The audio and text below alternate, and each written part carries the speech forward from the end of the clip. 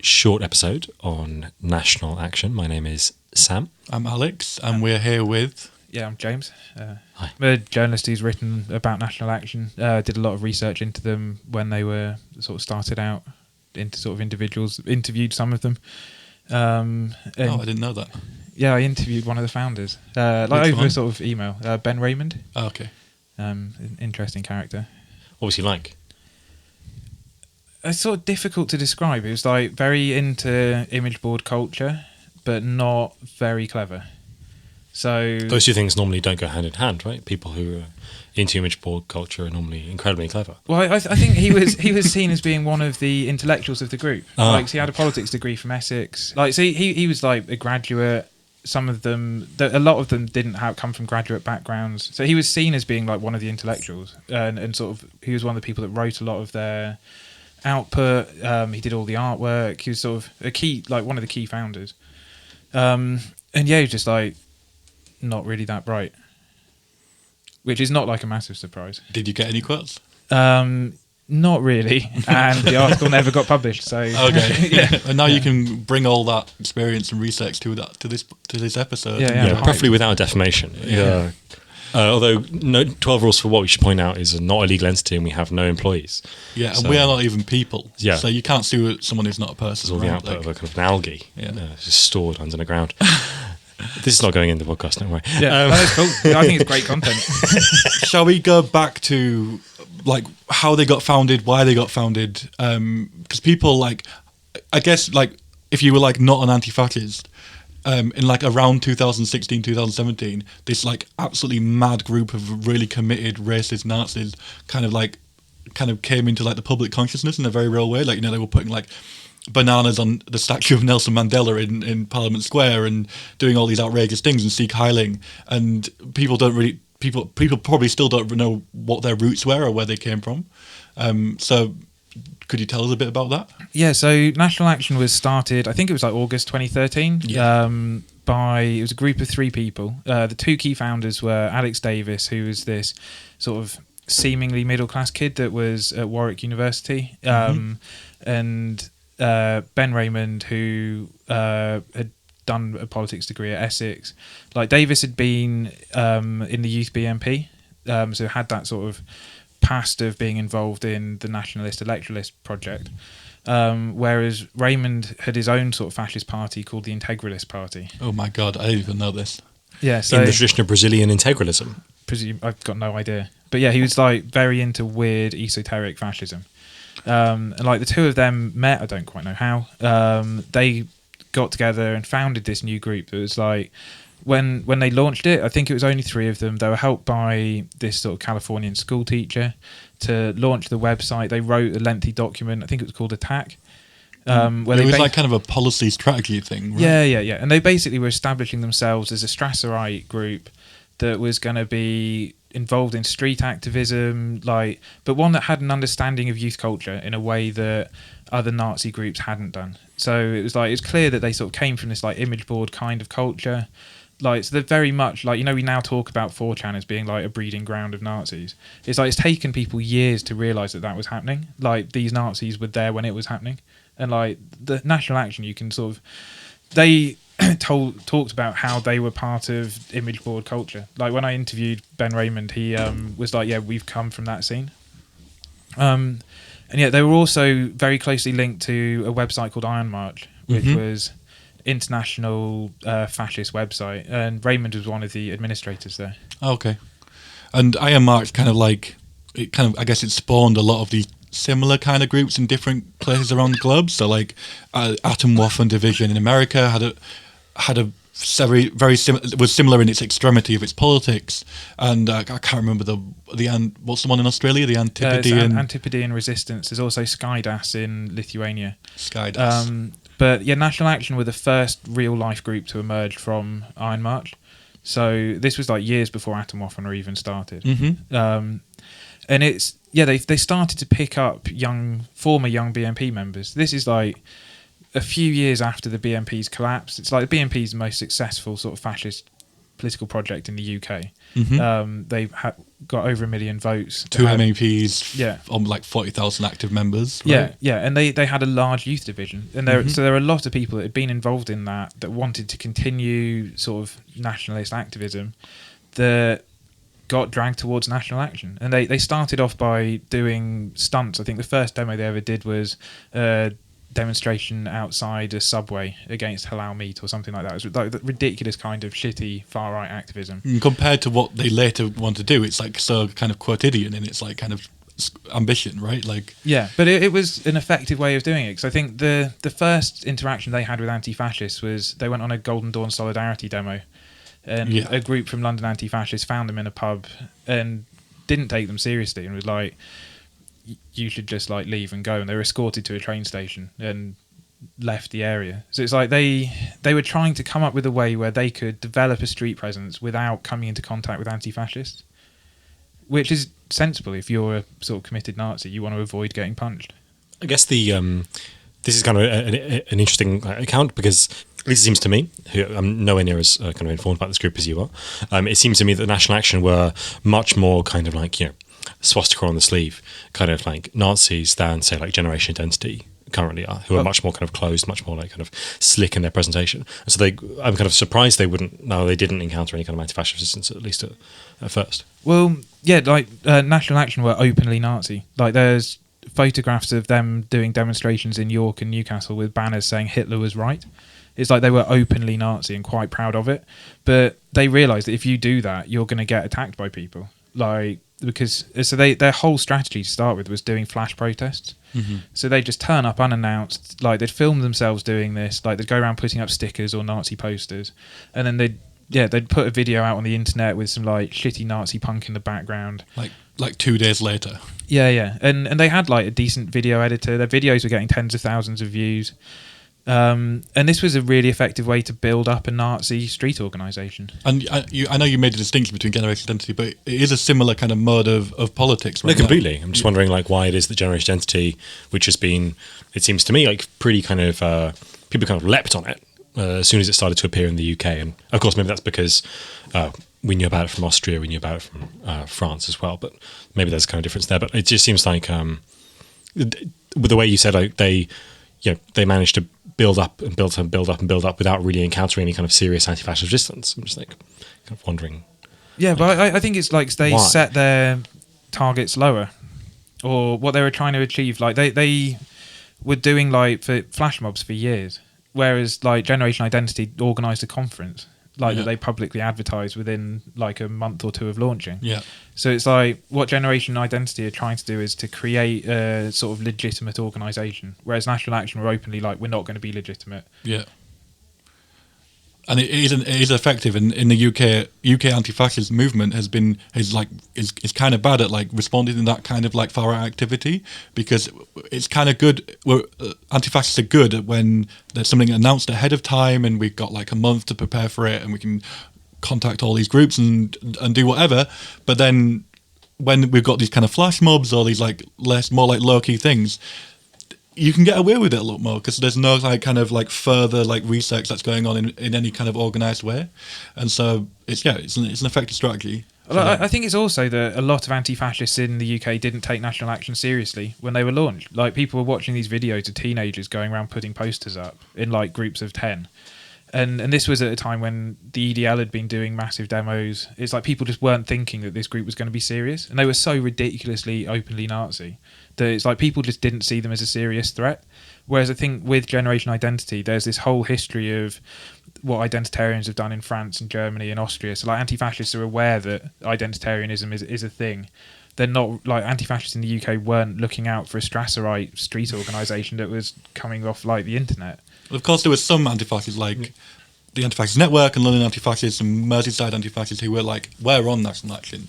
But there was another section of the movement which didn't, like you said, didn't take them seriously, and that it is to be commended that those groups did recognise National Action for what they were and were organising against them pretty early on. I mean, can you remember what was the first white man march? Was it Newcastle or Liverpool? Yeah, so National Action had a northern organiser, a guy called Wayne Bell from Castleford, who wanted to organise a white man march. Like, this was like an American neo-Nazi sort of day of action that they'd launched. It was where white men around the world were meant to take to the streets to be Nazis. And he organised a white man march in Newcastle. Yeah, the year before, I think National Action just did a banner drop. Mm-hmm. Whereas this time, this was going to be the first ever demonstration that National Action had led that was publicly advertised. And this was 2015? I think so. Yeah, I think so too. Yeah. So yeah, this was something that anti-fascists took very seriously. Sort of militant anti-fascists travelled to Newcastle, confronted National Action.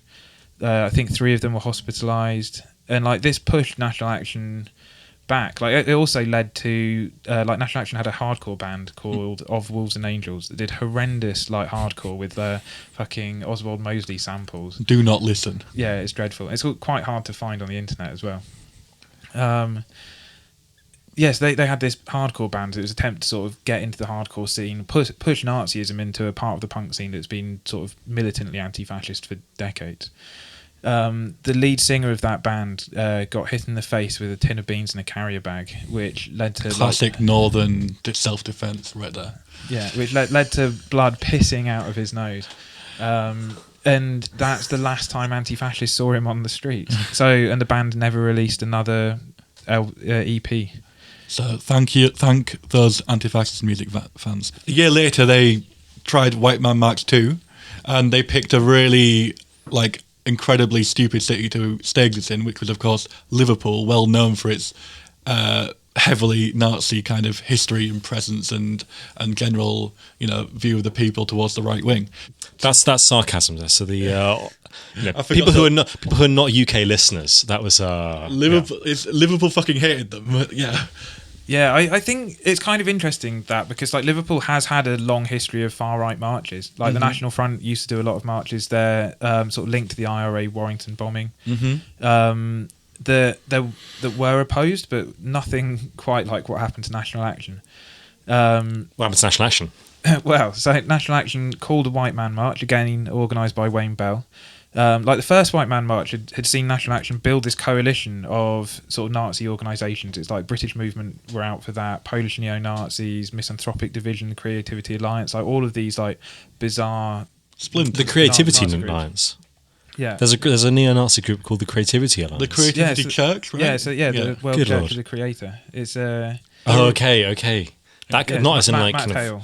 The kind of creativity that TED Talks are about. No. It was much different. Yeah, it's a guy called James Mack who is from Liverpool, but wasn't actually out on this. So, yeah, National Action had done this thing in Newcastle that they saw as a huge success. 3 of them had been hospitalised, but it was the largest openly neo-Nazi demonstration in the UK for maybe 20 years. It was a few of them got arrested, but they thought it was brilliant, and they were we're going to take this to Liverpool, which they were describing as a red citadel. I can't remember if that was before or after, but they definitely said that about it at one point. But yeah, in the build-up, it's the anti-fascist network put a huge amount of effort into mobilising against National Action. And someone, we don't know if it was actually National Action or anti-fascist, sent a letter threatening the people of Liverpool, being to the mayor, to Joe Anderson. Right? Yeah, being if you don't let us march, that there'll be bodies in the streets or something like that. And this was published on the front page of the local paper, and the city was just in uproar. People were outraged. So National Action tried to do this march through Liverpool, and they just got surrounded in the train station. They were having bananas thrown at them. They were people throwing bottles at them. They just couldn't march at all. There were Nazis being beaten up all over the station. They had to hide in a lost property office. Yeah, the whole thing was a complete disaster for them. The Last Leg, the Channel 4 comedy show. Yeah, they'd hired someone to do an behind them as they were marching, because someone had done this in the US. Hired someone with an thing to a tuba, a trombone, whatever. Yeah. But yeah, they hired someone to do this, but they weren't able to do it because they were never able to march. So instead of showing this segment of this guy doing this music, they end up just showing this segment of National Action trapped in a lost luggage. So it was amazing, and I think the one of the sort of Snapchat things filmed by people that were on the demo ended up getting like 3 million views. So it's like it was national news that this, or international news that this Nazi group had been humiliated. And I think the thing about it, the thing why it was so crushing was that Newcastle proved they can take a beating and they can, they can take some injuries, and they kind of quite like that. They kind of, they quite like that. But to be like so roundly humiliated in such a way was like it's not something that the group could really recover from. Well, I think they did come back from it fairly effectively. Because they did a flash protest in Newcastle. No, not in Newcastle. They did a flash protest in Liverpool a couple of weeks or months later. And then they returned again the following February, where this time it's like they teamed up with Northwest Infidels, which was an EDL splinter group. They'd also bust in about 30 Polish football hooligans. But what happened with the first White Man March is just made people in Liverpool sort of so confident about doing street anti-fascism that there hasn't been a sort of successful far-right march in Liverpool since. There was an attempt, right? There was so this was the February one, right, where they ended up sort of forming up on the steps of St George's Hall, which is the big building opposite Lime Street Station, and people just launching bricks at them. Yeah. For clarity, February which year? 2016. 2016. Okay. So the story of National Action, I guess, takes a kind of a big turn when they get proscribed. Yeah. So this was all because of what happened to Joe Cox. National Action put out a tweet after Joe Cox had been killed saying 649 to go. And obviously, like, MPs were looking for, or the government was looking for someone on the far right to pin Joe Cox's murder on.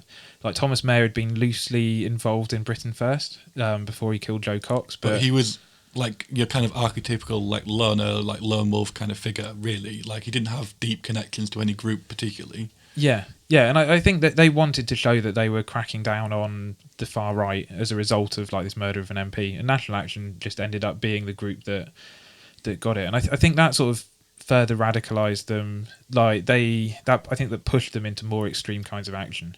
When National Action were banned, they tried to evade the ban by, in the same way that Al-Muhajiroon did, by sort of setting up new groups. They tried doing this on a regional level, so they had different groups around the country that still sort of had a cell structure. One of them was called NS131, which was like National Socialist Anti-Capitalist Action, which is quite a mouthful. There was another one called Scottish Dawn. Yeah, so Scottish Dawn were kind of based on the whole identitarian thing, but they were just like National Action Scotland rebranded as another group. And the thing about it, the state was like, the state had got wise at this point to everyone like leaving one group and forming another group with a different name, and so this tactic didn't not like Al-Muhajiroon, which they kind of got new names, like they got like 5 or 10 new names, like they kept naming themselves and getting banned, naming themselves getting banned. Scottish Dawn and NS131 were banned fairly quickly, or they were included in the prescription list fairly quickly. Yeah, right? so the government changed the law because of what Al-Muhajiroon had been doing. So they made it a criminal, or they made it very easy to ban a renamed group. And they very quickly did this to National Action's attempts. Although there have been groups that have been set up by National Action sort of members since. Like there's a group called the System Resistance Network, which has a Gab page and used to post on some sort of far right version of YouTube. Yeah. But they've not really done anything beyond graffiti and putting up some posters. Yeah. And this prescription was like devastating for them. A lot of the key figures were arrested as being for being members of the group after it was banned, and a lot of them were handed out like years-long prison sentences, right? Like 3-4 years. Yes, there's been a number of cases that have come up. There were a couple of National Action members that were in the army. It looked like the sort of police got this from a Telegram group that was full of like National Action members. And yeah, I think there are still some cases ongoing where people have been accused of being members of National Action or not. But I think like the number of people linked to or alleged to be linked to the group in the legal system is like in the dozens. It's like weirdly the sort of 2 key organisers and founders of the group don't seem to have been caught up in this. So we're talking about a fairly kind of people who have been, a fairly kind of small group compared to like other groups that people will have who are not involved in anti-fascism would have heard of. Like that, it's a tiny group compared to say the EDL at its height. It's a tiny group compared to the DFLA. It's a tiny group compared to the BNP, the height of its kind of electoral powers. Why should people be kind of interested in this group? It seems like a tiny group of kind of idiot pranksters who, what's the kind of like the case for like kind of sustaining attention on them? Well, I think it was what they were trying to do. Like they wanted to start a race war. Like they were prepared to become increasingly violent to do that. So they had members that were involved in sort of racist attacks. They had members that were putting sort of squads out to beat up anti-fascists. Like they were involved in the rioting in Dover in January 2016. Like they were becoming increasingly violent, and this was partly them getting beaten up by people on the left and realising that they needed to train. But like they had a gym in Warrington where they made it mandatory for members of the sort of underground version of National Action to be regularly training. So like they put videos of themselves doing MMA training up on the internet before the ban came into force. Like they weren't particularly good at it, but they were starting to take it seriously. And I think had they not been banned and had they continued to grow, they would have got more confident. I think they would have started to launch sort of organised attacks on the left or minorities. Like I think there was one point where they opposed a gay pride march in Manchester, and it's like this isn't on the level of like Eastern European Nazi attacks on sort of minority groups, but it's something that they'd have liked to have got to, and it's like that was what they were trying to sort of replicate. And I think this like I think it's really important in anti-fascism to have like a really uncompromising kind of attitude to all these kind of very tiny groups, because you want to make it as inhospitable as possible right from the start. And I think anti-fascists did that effectively. So Jack Renshaw, who was alleged to have been a member of National Action, but no, he was definitely a member of National Action. We just, wasn't it after it was prescribed? It was not proven that he was a member after it was prescribed. He was started out in the BNP like a lot of these people, and kind of split away from it when he realised it wasn't really going anywhere after 2012, 13. I think it was 2013. It was the very kind of famous British BNP youth video. He's the kind of the leader in that video. Yeah, and he was actually sort of famous in the UK for having complained about having a gay dog on Facebook. Yes. What? I didn't know that. Yeah, so his dog showed kind of male dog showed kind of sexual interest in other male dogs, and he posted about this on Facebook, trying to train his dog to be less interested in other male dogs because that was against his principles. Nice. Which is great content. Yeah, it's amazing. So he had sort of come from this sort of fairly tame British fascist background, and like thrown himself into National Action. He sort of was a virulent anti-Semite, and there were a couple of like far right protests in the northwest of England where Renshaw was a speaker, and he gave like these virulently anti-Semitic speeches, which led to him being arrested for giving really anti-Semitic speeches, like incitement to racial hatred, and there was stuff like like Jews being parasites, this kind of stuff. Yeah, it was like the worst kind of Hitler-esque anti-Semitism you can imagine. Like not stuff you would have heard from the BNP publicly. No. But yeah, he was sort of picked up by the police for having given these speeches. When they go through his phones, they find that he's been grooming 2 underage boys. So like 13 and 15 years old. Yeah, where I think he'd offered them money for sex. He'd tried to like get them to spend the night with him. And yeah, he sort of had these 2 ongoing legal issues, one for being an anti-Semite and another one for being a paedophile. And he just decided that he sort of couldn't hack this. He needed a way out. And what his plan was to go to like the surgery of his local MP, like when she's holding a surgery, take her and a load of people hostage, exchange the hostages for the police officer that had been investigating him for the child grooming, kill the police officer and the MP, and then run out and commit suicide by cop. And he described it as White Jihad, and he modelled a lot of his like preparations on like a lot of like extreme Islamist kind Well, of I think preparations. that's actually a longer running theme in National Action, the whole White Jihad thing. One of the things where that came out was Zach Davis, who was this sort of mentally ill guy from Wales who attacked a Sikh guy in a Tesco's with a machete. Yeah. He, Whilst chanting white power. yeah. So he'd been linked to National Action. Like I think he was a member, and he'd sort of been posting jihadi, sort of Nazi jihadi type stuff, and this was like a running thing that National Action did. Like they were actually working on a film called White Jihad, which was going to be sort of made by them, like about what they were doing. So where that came from was actually like something that was embedded in the group. Yeah. There's a really kind of strange, some other strange crossovers between like far right activists and Islamists, right? David Mayat of National Socialist movement back in the 80s and 90s then becomes the kind of foremost UK-based propagandist for Al Qaeda.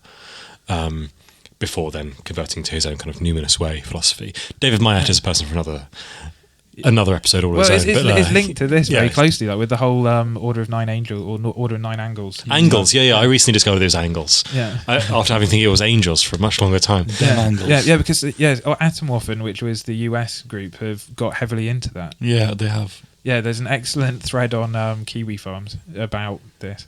Kiwi Farms is a far right forum. Yeah. Renshaw is basically going to spend the rest of his life in prison, or extremely long time in prison, for all these like accumulated offences, like preparing to kill somebody, the child grooming, the racial hatred stuff. He's going to be in prison for a long time, and now that this trial that he's been involved in has collapsed, whether he was a member of National Action or not, we can now like talk about it. I just had one quick question. I know that Hope Not Hate have been doing a lot of like, they've been making bank off this in like a very real way. Like I think it's almost at 10 grand now what they've raised off this kind of thing. What do you think about their kind of lionizing of like a guy like Robbie Mullin, who was part of National Action and then like kind of got cold feet when the murder stuff started being talked about and called them up. Do you think it's an appropriate way to like talk about this guy and what he did? Kind of, I think. Like I think he was a sort of disaffected National Action member that wasn't happy about what was happening, and he actively tried to get in touch with anti-fascists to warn them about what the group was doing. So it's not like he was someone sort of doing it for the money or something like that. It's someone that was involved in like virulent Nazism that has turned their back on it, and I think it's like to his credit that he's done that. If nothing else, it's kind of tactically useful, right? Because you need to, fascists are the only people who really, really care about anti-fascism. So they probably like engage with Hope Not Hate like channels more or less constantly to like work out if they're in them. And so like this kind of lionization means that other people who are having cold feet will perhaps be more likely to come forward, be more likely to defect from, I guess, these groups, which are, I imagine, extremely difficult to get out of once you're in them, right? They can socially consuming in a way that especially like after classical fascist movements were. Especially after it got prescribed, of course. Like now there's an extra layer of like secrecy and paranoia about the whole thing. Thank you for listening to this episode. If you want to find more of our episodes, want to follow us on Twitter, we're at 12Rules for What, and we're happy to respond to anyone who's got questions or criticisms about an episode. I promise we won't troll you. We also have a Patreon account, which is at patreon.com/12Rules for What. If you want to support the show, it's really appreciated. You've got to look in the sunglasses at the top of the Patreon page. That's a clue for you. Thanks for listening, and we'll see you soon. Bye.